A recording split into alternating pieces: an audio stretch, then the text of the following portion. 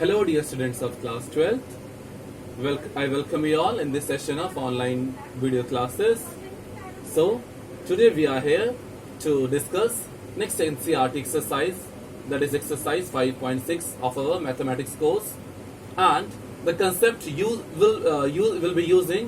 be using in this exercise is derivatives of functions in parametric form. That is also written on your this whiteboard. Derivatives of function in parametric form.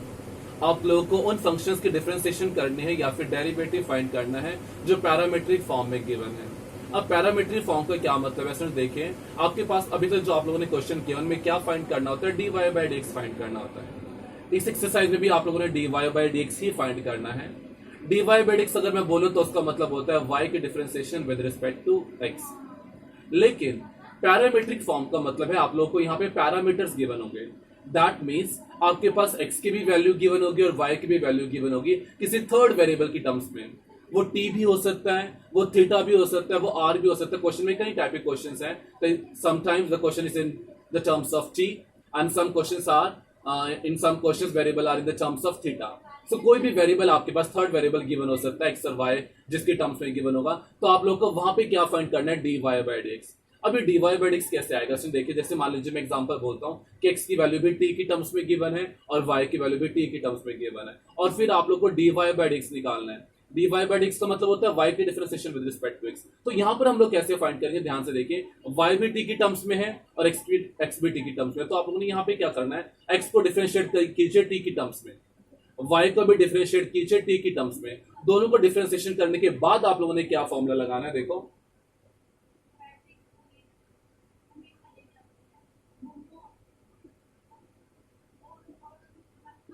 सिर्फ देखिए, numerator क्या है, dy by d t. That means y की differentiation with respect to t।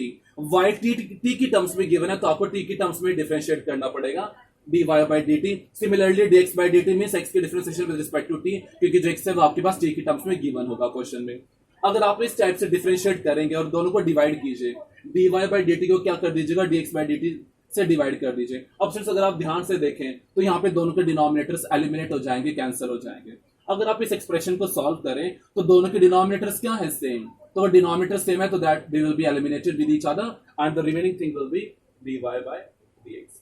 ये concept आप लोग के इस एक्सरसाइज में यूज होगा, इसको आप नोट कर सकते हैं हेडिंग के साथ। फेयर नोट में आप लोग नोट कीजिएगा concept, derivative of functions in parametric form, dy by d T upon x by d T से आपके पास क्या आ जाएगा, dy बाई डी एक्स। जैसे यहाँ पे dt और dt क्या हो जाएगा, एलिमिनेट, तो आपके पास क्या आ जाएगा, dy बाई डी एक्स, क्योंकि इस पूरे एक्सरसाइज में जो आप लोग को फाइंड करना है वो dy by D x he find करना है। Now let us come to the exercise 5.6.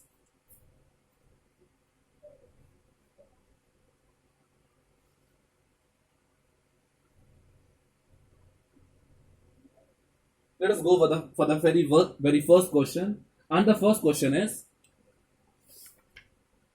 let me read the question, friends. If x and y are connected parametrically by the equations in question number 1 to 10, then without eliminating the parameters find dy by D x. क्या find करना है आप लोग को, dy by D x find करना है। और जो सबसे फर्स्ट क्वेश्चन है वो है, फर्स्ट क्वेश्चन में आपके पास क्या गिवन है, x की वैल्यू आप लोग को गिवन है students 2a t raised to power 4 and y is equals to, I think sorry, not 2a t is 4 means 2a t square and y की वैल्यू आप लोग को गिवन है a t raised to power 4।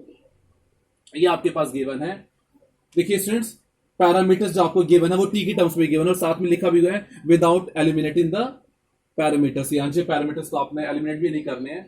देखिए, अब देखिए students, जैसे हम लोगों ने पिछले एक्सरसाइज में कुछ क्वेश्चंस किए थे, a b c, जो अल्फाबेट्स होते हैं ये कॉन्स्टेंट्स डिनोट करते हैं। जैसे आपको इस क्वेश्चन में भी a जैसे अल्फाबेट गिवन है तो ये आपके पास कांस्टेंट है, t कांस्टेंट नहीं है क्योंकि t आपके पास वेरिएबल है। x की वैल्यू भी t की टर्म्स में गिवन है और y की वैल्यू भी आपके पास t की टर्म्स में गिवन है। सो दैट मींस आप लोग को यहाँ पे y और x को t की टर्म्स में डिफरेंशिएट करना है, किस चीज के लिए, dy by D x find करने के लिए। क्योंकि आप y को यहाँ पे x की वजह से डिफरेंशिएट नहीं कर सकते, क्या करेंगे, y को भी t की टर्म्स में डिफरेंशिएट करेंगे और x को भी डिफरेंशिएट करेंगे विद रिस्पेक्ट टू t। देखिए, जब आप x को डिफरेंशिएट करेंगे विद रिस्पेक्ट टू t, ध्यान से देखिए, dx बाई dt। तो जैसे आप लोग x की वजह से डिफरेंशिएट करते हैं, सिमिलरली अब आप लोगों ने t की वजह से डिफरेंशिएट करना है। 2a कांस्टेंट है as it is, t square constant नहीं है, वेरिएबल है। सो t स्क्वायर की डिफरेंशिएशन क्या हो जाएगी, जैसे x स्क्वायर की होती थी 2x, वैसे टी स्क्वायर की क्या हो जाएगी 2t, दैट इज 4at। ये है आपके पास dx बाई dt की वैल्यू। सिर्फ यहाँ पे t की डिफरेंशिएशन मत कर देना dt बाई dx, क्योंकि हम लोग किसके विद रिस्पेक्ट डिफरेंशिएट कर रहे हैं, t के विद रिस्पेक्ट। अगर आप चेन रूल लगाते भी हैं तो t की differentiation with respect to t, जैसे x की differentiation with respect to x 1 होती है, वैसे t की differentiation with respect to t is equals to 1। After that dy by dt similarly इसकी डिफरेंशिएशन कर दीजिए a एज इट इज, और t रेज़ टू पावर 4 की 4t cube, so 4at cube, 4at cube. So ये आपके पास dy by dt आया है। अब आप लोग को क्या फाइंड करना है, dy by dx। dy by dx का फॉर्मूला भी आप लोगों ने पीछे लिखा है, that is dy by dt upon dx by dt। इनको क्या कर दीजिए, कैंसिल कर दीजिए, सॉरी डिवाइड कर दीजिए। dy बाई dt ध्यान से देखेगा, dy बाई dt की वैल्यू ये नहीं है, dy by dt is 4at cube. इसको डिवाइड कर दीजिए dx बाई dt से, वो किसके इक्वल है 4at। ध्यान से देखिए, 4 और 4 एलिमिनेट, a और a भी एलिमिनेट, t और t क्यूब जब एलिमिनेट होगा तब क्या बचेगा t स्क्वायर, t क्यूब, और जब t एलिमिनेट होगा तो सिर्फ क्या बचेगा t square in the numerator, that is answer is t square. ये आपके पास क्या है dy बाई dx। ये फॉर्मूला भी आप लोगों ने पिछले कंसेप्ट में देखा था। So this is your solution of first question of exercise 5.6। इसी के साथ हम एक और क्वेश्चन करेंगे। Let us go for the next question, question number 6।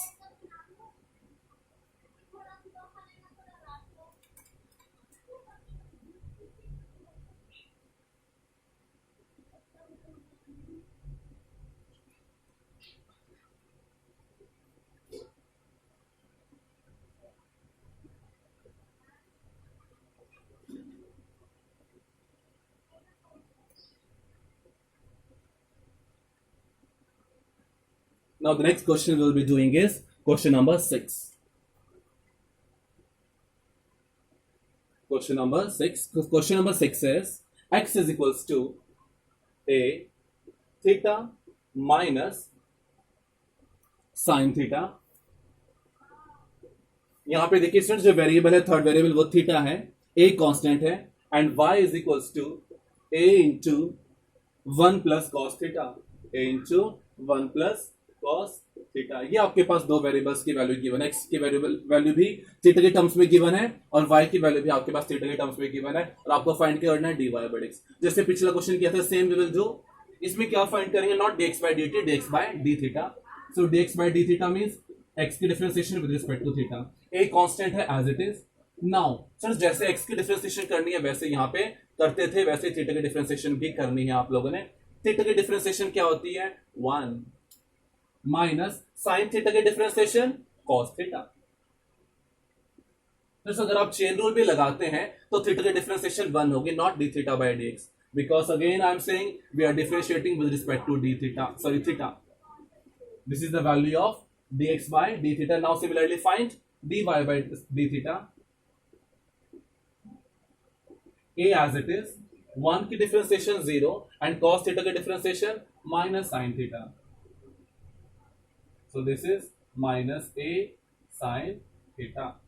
This is minus a sin theta. Next आप लोगों को क्या करना है, इन दोनों को डिवाइड करना है। जी हाँ, so if you want to find dy by dx, what you will do, dy by d theta upon dx by d theta। So इन दोनों को डिवाइड कर दीजिए, न्यूमरेटर में क्या रखिए माइनस a sin theta, और in the denominator a 1 minus cos theta.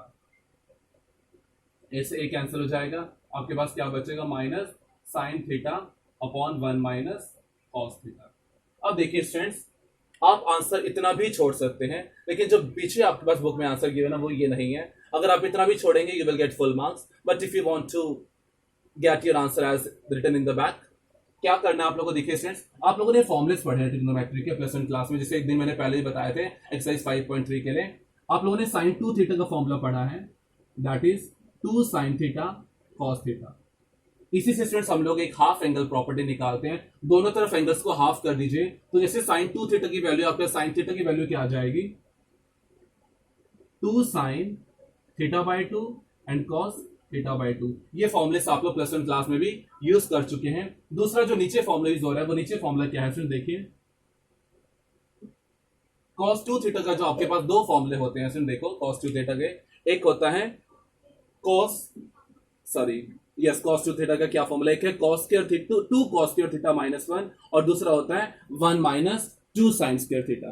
क्या होता है फॉर्मूला से ध्यान से सुनिए, एक होता है आपके पास 2 cos स्क्वायर थीटा माइनस 1 और दूसरा होता है 1 माइनस 2 sin स्क्वायर थीटा। तो यहां पे हम लोग कौन सा फॉर्मूला यूज करेंगे, ध्यान से देखिए